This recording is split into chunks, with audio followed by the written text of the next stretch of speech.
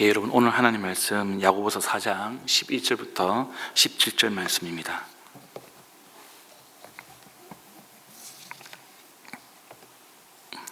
우리 한 절씩 교독하고요. 마지막은 우리 같이 읽도록 하겠습니다.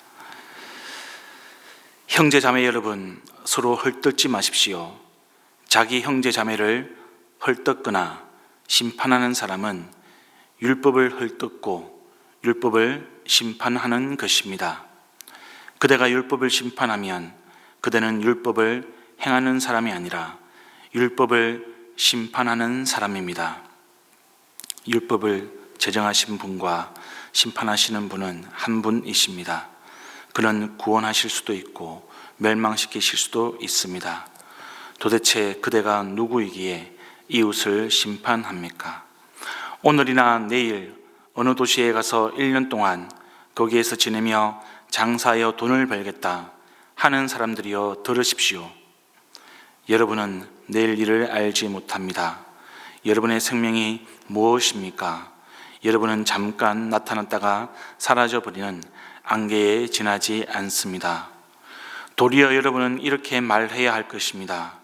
주님께서 원하시면 우리가 살 것이고 또 이런 일이나 저런 일을 할 것이다. 그런데 여러분은 지금 우쭐대면서 자랑하고 있습니다. 그와 같은 자랑은 다 악한 것입니다. 함께 했습니다. 그러므로 사람이 해야 할 선한 일이 무엇인지 알면서도 하지 않으면 그것은 그에게 죄가 됩니다. 아멘.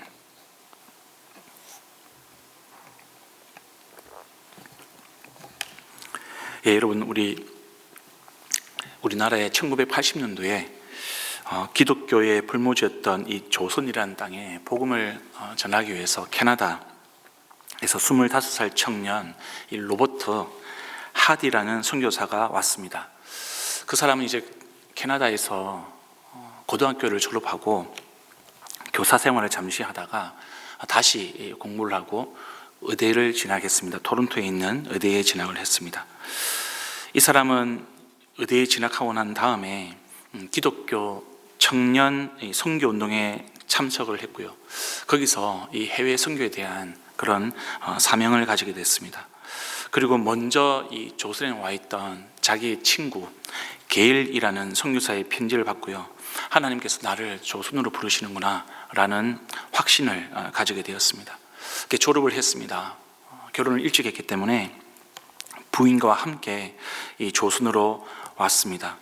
그리고 45년 동안 우리 조선의 영혼들을 위해서 서울과 부산, 함경도, 강원도에서 이 의료 선교 또 교육 선교를 했었습니다. 뿐만 아니라 이 강원도의 철원, 양양, 강릉 이런 지역에서 교회를 설립하고요, 개척했습니다. 그러니까 강원도에 있는 1호 교회는 거의 이분의 손길을 거쳐갔다고 해도 과언이 아니었습니다. 그는 주로 이제 함경도 원산 지역에서 선교를 했었는데요. 이 사람이 선교를 하고 한 13년이 지난 시점에 자기의 이 선교 사역을 돌아보니까 자기의 헌신에 비해서 이 선교의 성과는 별로 없다, 이런 스스로가 평가를 하고 생각을 했었습니다. 그 원인에 대해서 이 사람은 이런 결론을 내렸습니다. 이 조선의 교인들이 여전히 영적으로 어리고 미숙하고 성장하지 않는다. 그런 이유 때문에 나에게 이 선교 사역의 열매가 별로 없는 것이다. 굉장히 불만족스러웠습니다. 이 사람은 이 교인들 집에 불시에 방문을 하는 그런 일이 잦았는데요. 그렇게 방문해 보면 이 조선의 교인들이 분명히 교인들 모임을 하는데 술상을 차리고 교인들 모임을 하는 겁니다. 그리고 이 교인들이 서로가 서로에게 사기치고 횡령하고 이런 사건들이 많이 발생을 합니다. 교인들임에도 불구하고요.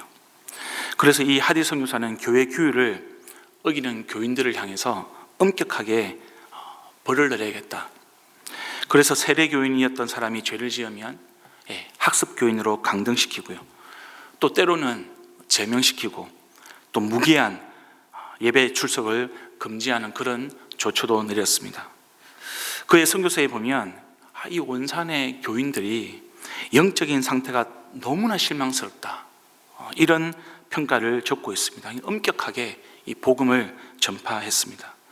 이런 엄격한 그의 전도 방식, 선교 방법 때문에 오히려 그는 스스로가 깊은 영적인 침체에 빠지게 되었습니다. 그러던 중에 여러분 1903년 8월 달에 이 원산에서 사역하시던 여자 선교사님들, 이름이 화이트 선교사 또 맥컬리 선교사, 이 두 분이 중심이 돼가지고 조선을 위한 기도회를 가지기 시작했습니다.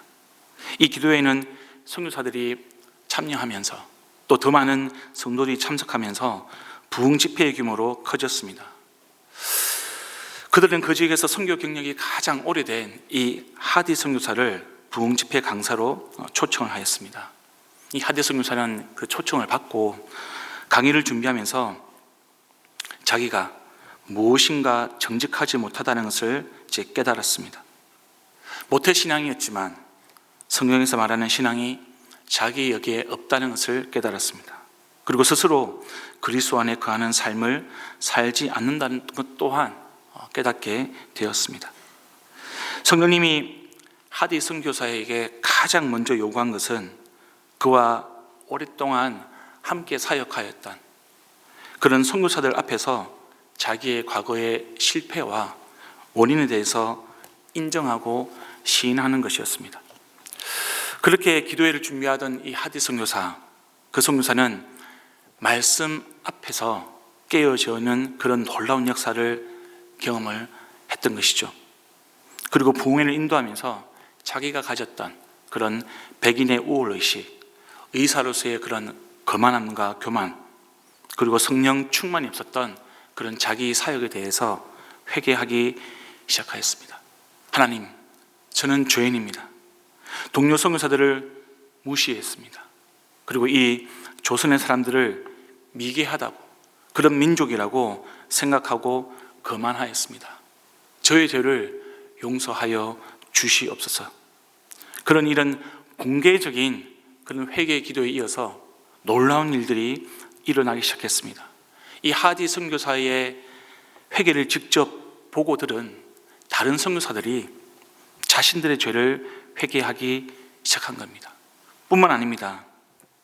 함께 참석했던 우리 조선의 교인들도 회중들 앞에서 공개적으로 죄를 고백하는 일들이 그 부흥 집회 내내 계속되었습니다.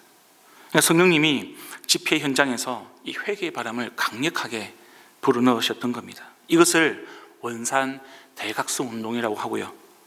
우리는 1907년 평양 대부흥운동만 잘 알고 있지만, 그러나 이 평양 대부흥운동의 시발점이 되었던 것이 바로 이 원산 대각성 운동이었습니다. 여러분, 오늘 본문을 보시면 11절에 헐뜯다라는 그런 단어가 등장을 합니다.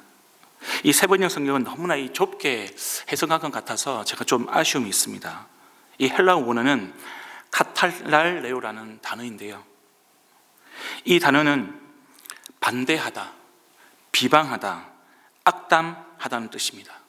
근데 어떤 의미에서 반대하느냐, 어떤 의미에서 비방하고 악담하느냐? 내가 우월하기 때문에, 내가 남들보다 낫기 때문에 반대하고 비방하고 악담하는 것을 이야기합니다.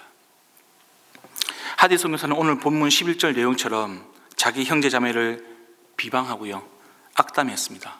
우월감에. 그리고 조선인들을 심판하였습니다. 하디 선교사만 여러분 그렇습니까? 우리의 모습은 어떤가요?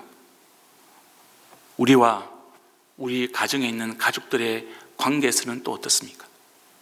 우리가 함께 신앙생활을 하고 있는 우리 목장 식구들과 나와의 관계에서는 어떻습니까?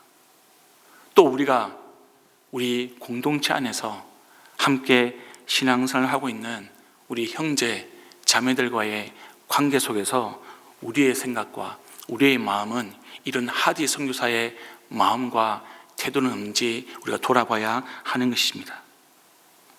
여러분, 그런 우리를 향해서 야고보는 14절에서 우리라는 존재는 잠깐 나타났다가 사라져버리는 안개에 지나지 않는다라고 말씀해 주고 있습니다. 그리고 15절에 우리의 생명, 그리고 우리의 이런 일 저런 일, 그러니까 즉 우리의 삶 가운데 발생하는 모든 일들은 주님에게 달려있음을 강조하고 있는 것이죠.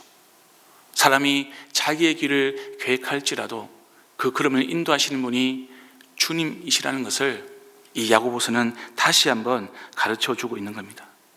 그래서 여러분, 우리는 우쭐대거나 자랑할 필요가 없는 것이죠. 오히려 사람이 해야 할 선한 일, 이웃을 내 몸과 같이 사랑하는 일, 그것을 하지 않으면 죄가 되는 것이라고 다시 한번 강조하고 있는 겁니다.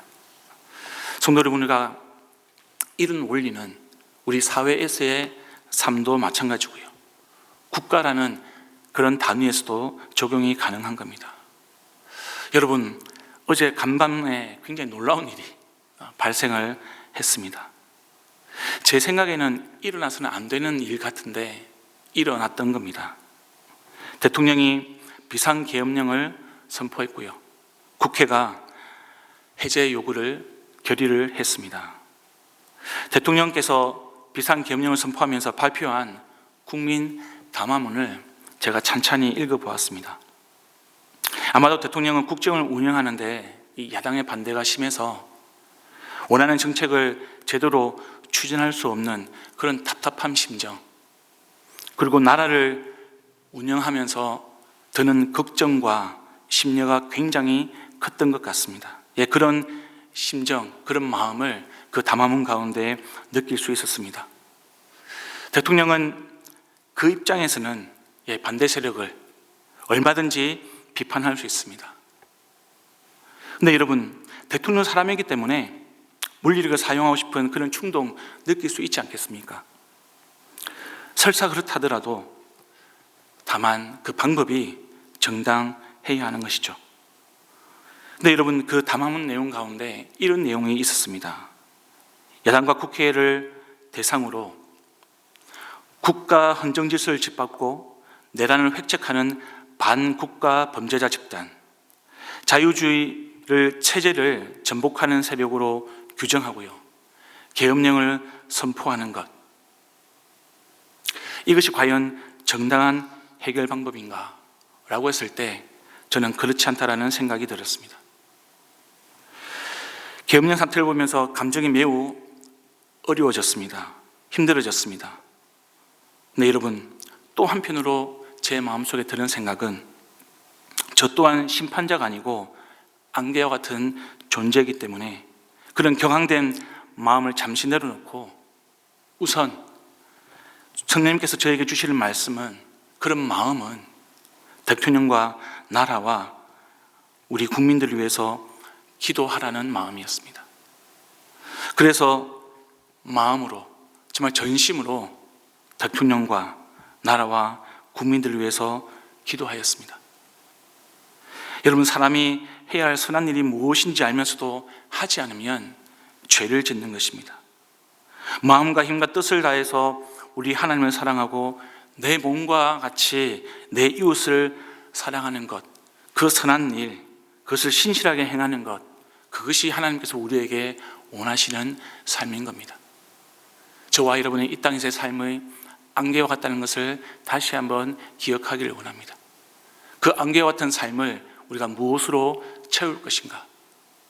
하나님께서 원하시는 삶, 마땅히 우리가 우리 삶 가운데 선한 일을 해야 하는, 하나님을 사랑하고 이웃을 사랑하는 그것을 먼저 하기를, 그것 가운데 하나님의 뜻을 발견하고 하나님의 뜻을 이루어가는 저와 여러분의 하루의 삶이 되기를 우리 주님의 이름으로 축원드립니다.